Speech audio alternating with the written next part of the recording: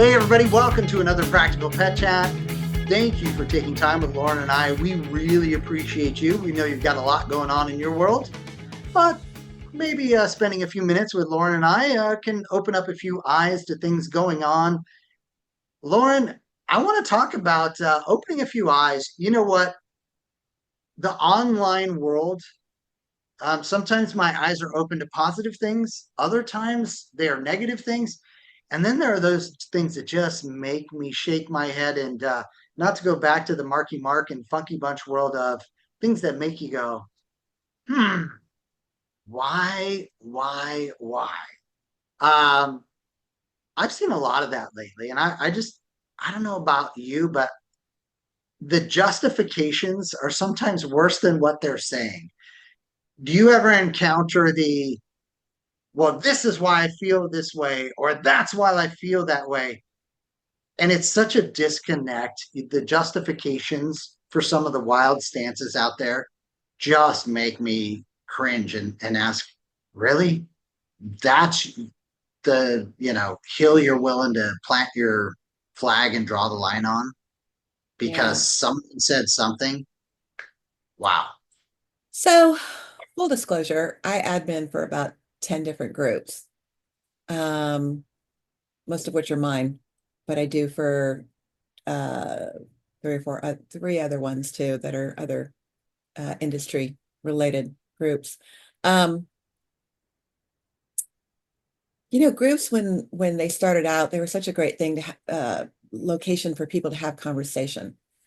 And then what I have seen happen over the years, I think my oldest group is probably 10 years old or so. It's right at the beginning of groups.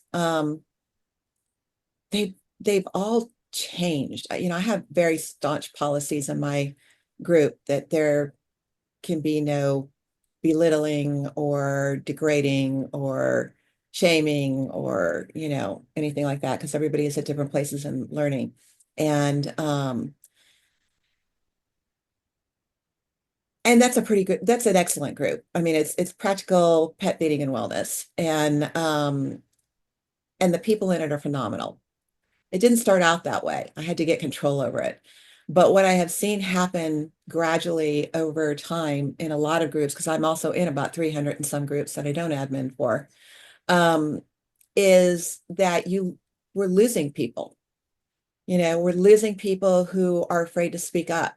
They're afraid to be called out. They're afraid to be laughed at. And so the benefit of the groups gets lost.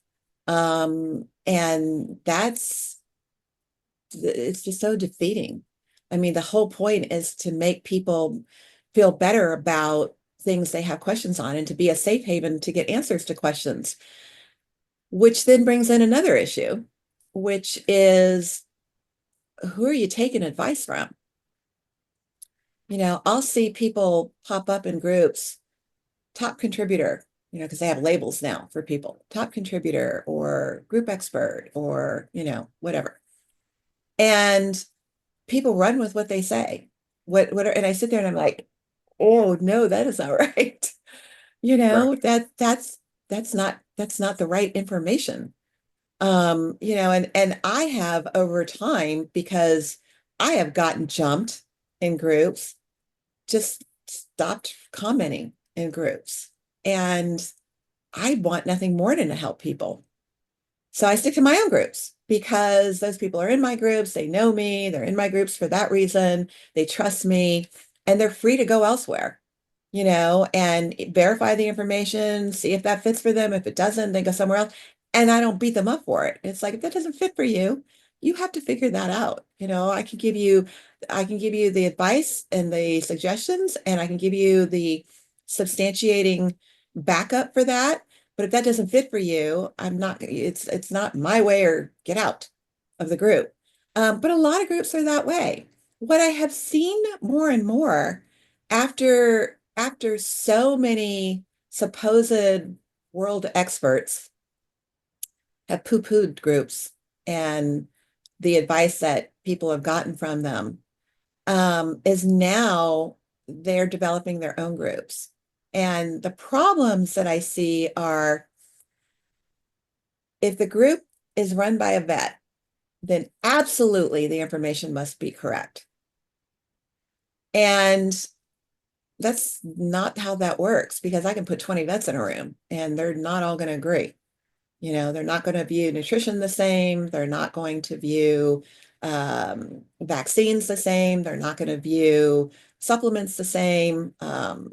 Same thing with trainers and behaviorists and, any category at all. And so you have to take it all with a little bit of grain of salt, and it still falls on you to do some research. But what it really comes down to is everything's about marketing, right? If all you look at is the front of a bag of pet food, you're never really going to know what's in it. You're just going to believe what's on the front. If all you look at is the white coat, if all you look at are the initials after the name, that's not going to necessarily give you what you're looking for. Only you can decide that. So I just really feel like it's a cautionary tale and it's a regretful one because we have created what was supposed to be safe havens for people.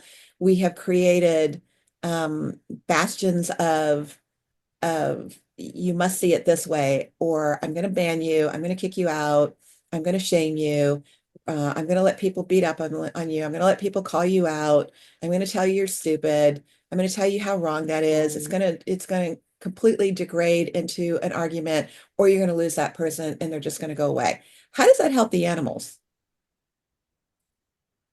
I mean, I don't even see that. I don't get that. I just don't see the long view of this. And we've seen it in our own industry, Rob, where, an industry that should be cohesive has fallen apart from each other, from supporting each other, because there's so much, and there's ego involved, and there's, monetary goals involved, and, a number of different things that get in the way. And it's like, can't you just support, that person's trying to put themselves out there and help people? You know, I don't personally believe in XYZ, but that works for some people. And if you want to feed that way, I'm not here to tell you not to. I'm here to make it better, you know. Yeah, and I think you just hit on something too, right? Is no one wants to see anything harmful, dangerous, etc. But just because it's not the way that you believe it should be done does not mean it's harmful, it's dangerous, it's something to be attacked. And that's the part that and I left doing some of the media stuff that I was doing.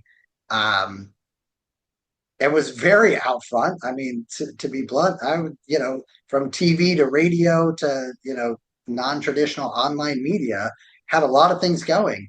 And that negativity and that penchant for wanting to be so extreme or so there's only one pathway Yeah, just made me go, that's not why I was doing this.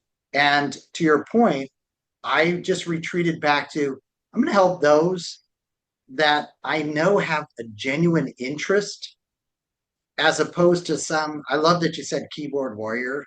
Um, there's too many of those out there. And frankly, that was even before all the AI and all the rest of this that right, just really, I you can't argue with a bot because a bot is going to, that's all they're really, in some instances designed to do is counter your argument with 24 other different counter arguments. I don't have time for that. I'm here for the beings. I'm here to help. And if I'm not helping, let me move on. right. And that should be the same approach. And it's interesting because I too, and I've got a lot of different interests out there. Um, so I'm part of a lot more groups than I ever was. And I will get into those groups that are being helpful, aren't being judgmental, much more than those that, oh, it's regressed into a, for lack of a better word, a horror show of who's the best and the right most of the time and blah, because nobody's right 100% of the time. Ain't none of you walking on water. Okay. And I love, and by the way, you're right. I've been in a room with hundreds of vets with the same subsect, and they still can't agree on Yeah. pathways. And these are specialists of the specialists. And so, and behaviorists and all the rest of that. And you know why? Because every being is different. So if you're out there and you're so sure in your absolutist way, I'm telling you, there is no one pathway to every destination. And the minute you make that claim, you really discredit yourself because there is always exceptions because every being is different, not only internally in their physical nature, but also mentally, spiritually, and all the rest of it. It is all a big holistic circle here.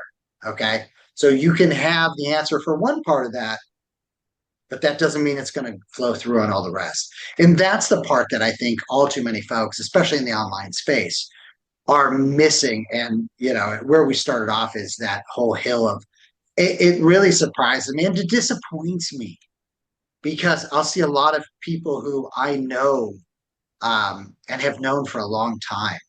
And they'll justify, well, I read this from this particular, and I love that you said, you know, this vet group. That's great. That's great. And if you're a follower of that vet, okay. And if that's working for you, far be it from me to say that's not going to work.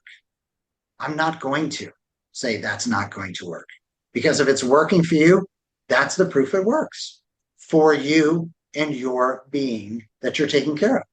But that doesn't mean it's the only pathway. And that's that hard part here is I see these hard shifts to one way or another.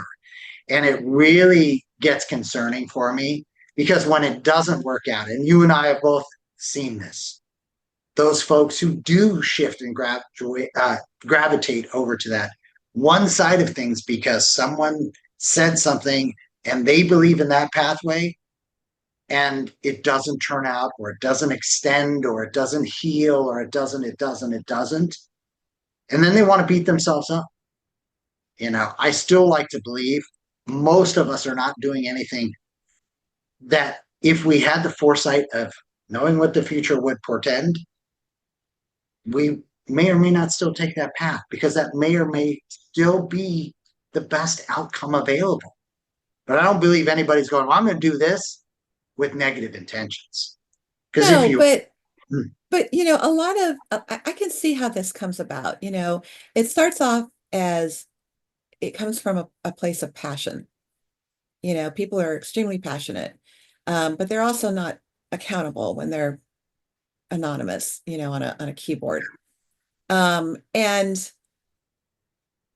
they get into it from a passionate standpoint, and then it just disintegrates into name calling and things like that. But where I experienced it personally was, with my store. When I discovered a particular way of feeding, I was overwhelmed with how passionate I became about it because the results that I saw were just so phenomenally different, and I was like, oh my God, this is just amazing. And real quickly, I realized, hmm, so am I going to change over my complete store to what I have realized? And I struggled with that for a little while because I could have changed my entire setup to from the food that I was feeding to the form of food that I believed in. And real quickly I thought, well, what do I do about those people that feed this food over here? I mean, I still want to take care of their animals with them. I still want to have input. I still want food is not the only thing. It's the most important thing, but it's not the only thing. And if I don't keep them there, I can't affect their feeding choices at all. right, I can't explain to them how adding fresh food to any form of food is going to improve that tremendously, and I struggled. I mean, it was, a couple of months and I was like, oh my gosh, what am I going to do here? Because I can only do what I believe in. So I realized that I couldn't eliminate a particular genre or a set of genres for the benefit of another, because then I become an elitist type of segmented, only this one way type of business, which some people do, and they're successful at it. It just wasn't what I wanted to do. I wanted to help as many animals as I could wherever they were at. And as time went on, and people maybe went over to that genre that I thought so well of, but then lost their jobs. It's like, would I just have kicked that customer out because then I had nothing that I could offer them other than what they were feeding, which they could no longer afford? Or would it be better to just have other options for them that I can help them make it better until they can get back on their feet? And it changed everything. So that changed in my group too, because, I think I brought this up before. When I saw the direction that my group was going into very early, um, because of the people that were in it at that time, I posed a question that I said, do you think people who feed XYZ brand love their dogs or animals less than we do here in the group? And I got an overwhelming absolutely. I'm like, oh, this is a problem. This is a Yeah. serious problem. No, they don't. Would I rather have an animal sit on the Green Mile at a shelter until they were put away? Or would I rather have somebody adopt them and give them as much love they could, but they couldn't necessarily afford that genre of food? Maybe XYZ is all they could afford. I'm going to vote for that every single time, Percent. Yeah. you know? No, And yeah. and that just changed everything for me, and I still carry that in my head when I look at groups and I'm like, you know what? I'm just not even going to comment. Yeah. Well, I love, and you and I have had the expert discussion many times. So Ugh. I'm pro using the word. You are, for the right reasons, skeptical of the word. And I will say, when folks used to ask me, so, oh, you're a pet expert, I would say so many times, no, I'm a connector because there are so many different pathways. And then over time, okay, there's too many people who are using the expert word, and I agree with you on that. Um, and that's always been my goal and continues to be my goal, not just in the pet world, but in many of the things that I do. There are very few things that I feel I'm an expert in. And in those areas, I still don't think I'm an expert. Others may give me that label, but I don't. And I think that's what's important is I'm not looking to be the expert. I'm looking to connect you to people with information because to be an expert, and this is where I've come around on your thinking, you have to have all of the information to give expert advice. And these days, that just doesn't happen. People are too quick to, here's your solution. Yeah. Here's this, here's that. And we've almost given up. It's like, well, in this scenario, and if you read those studies, just more and more, I'm like, okay, the study is helpful, but is that a real world, real life scenario? And in too many cases, it's not. And so you can't say definitively with too many of these things that, well, this is the pathway we should all shift to, or we should Well, all how go. many times have we seen a study get countered by another study? Well, all the time. I mean, All the time. yeah, I mean, it's sad at this point. And I think where we're headed in this AI world is it's so funny because I will see people. Well, I ran this through and I, put together this big database and all that. And I'm like, okay, yeah, so you ran it through Chat GPT. And they're like, well, I used different AI tools. I'm like, yeah, okay, great. So now we're just going to get these AI studies. And while I appreciate the power and ability, and I certainly use AI consistently. But if you know anything about AI, it's about the prompts that you use. Yeah. It is about training it to understand what you're looking for.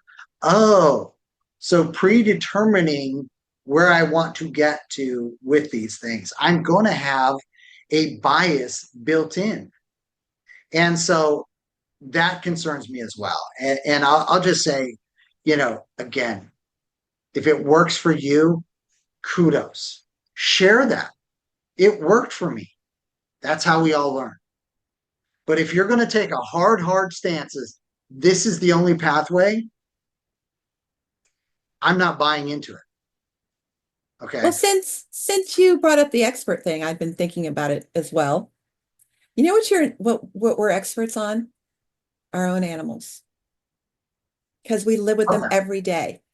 And and even then, they're changing all the time. They're aging, they're developing, depending on the age they're at, whatever is going on. So you have to become a new expert all the time. And and I that's love why I hate the word expert because you're not you may be an expert right this second based on how you fed your dog and where your dog's at today.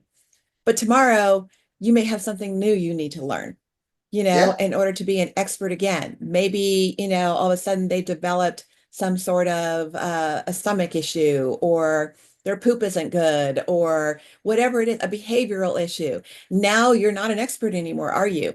Until you learn what you need to be able to address this. That's why I don't like the word expert, because the only thing you can possibly be an expert about is your own kid. And even then, it's a loose definition. But I think that there's a lot of information out there to take in, and I worry at the information that's put out there, much like I do about the marketing that's on the front of packaging, being what people buy into without considering further.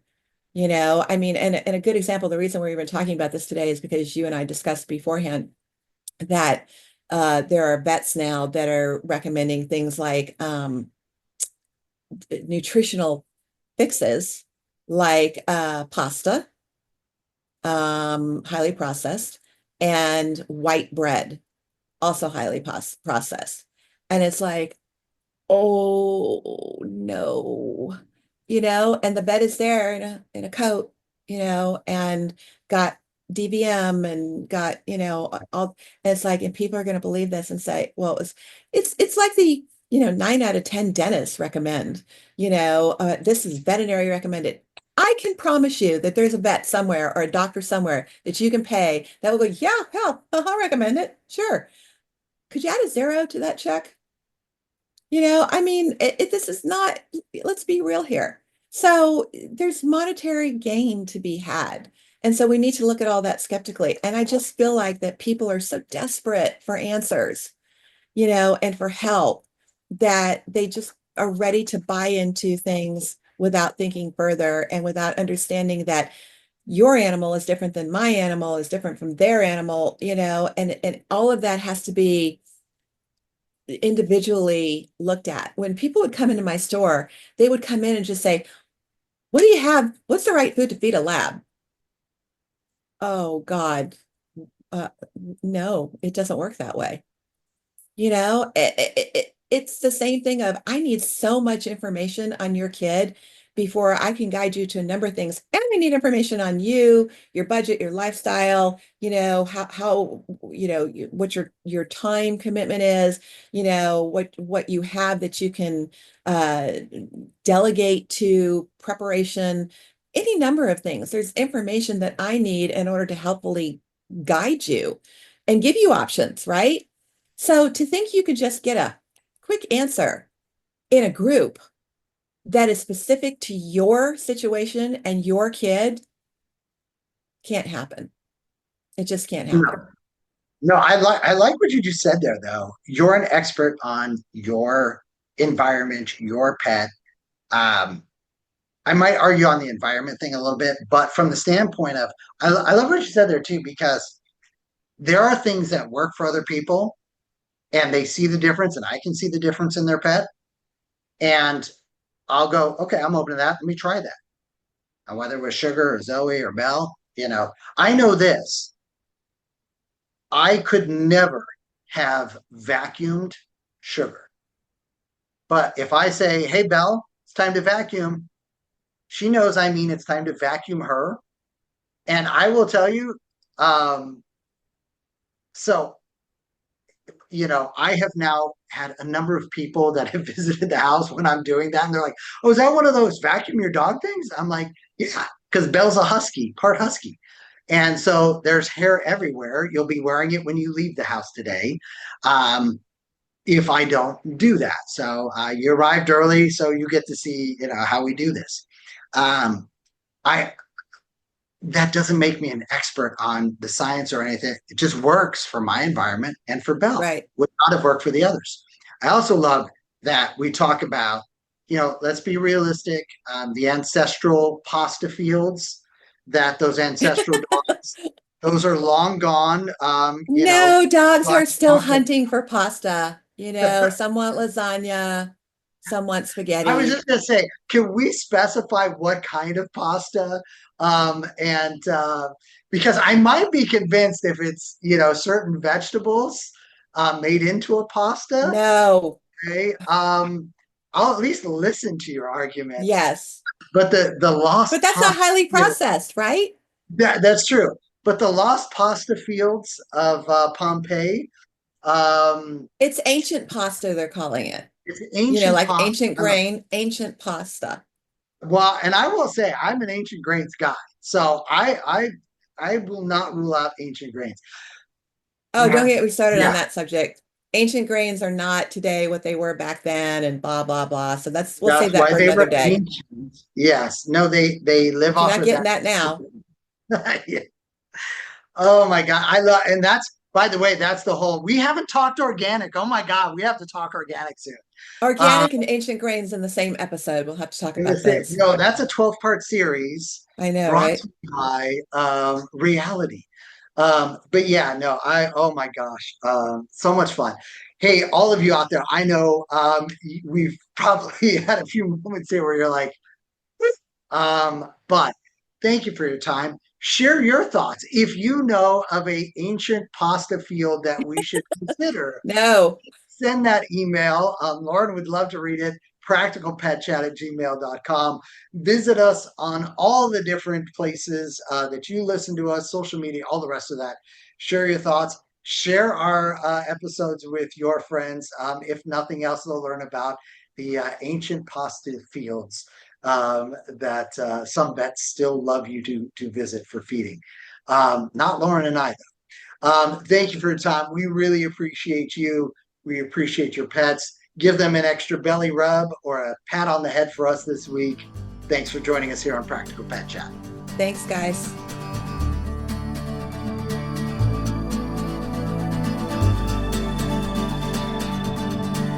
The content of this podcast is for informational purposes only. It is not intended as, nor should it be construed as, professional medical advice, diagnosis, or treatment for your pets. Always seek the advice of a qualified veterinarian with any questions you may have regarding your pet's health or medical condition. Never disregard professional veterinary advice or delay in seeking it because of something you have heard on this podcast. The hosts and the guests of this podcast are not liable for any actions taken based on the information shared during these episodes. Any reliance on the information provided is solely at your own risk. Copyright 2025 Practical Pet Chat, all rights reserved. Unauthorized duplication, distribution, or reproduction of any content from this podcast, including but not limited to audio, scripts, and show notes, is prohibited without prior written consent. The opinions and views expressed by the host and guests are their own and do not necessarily reflect the views of Practical Pet Chat.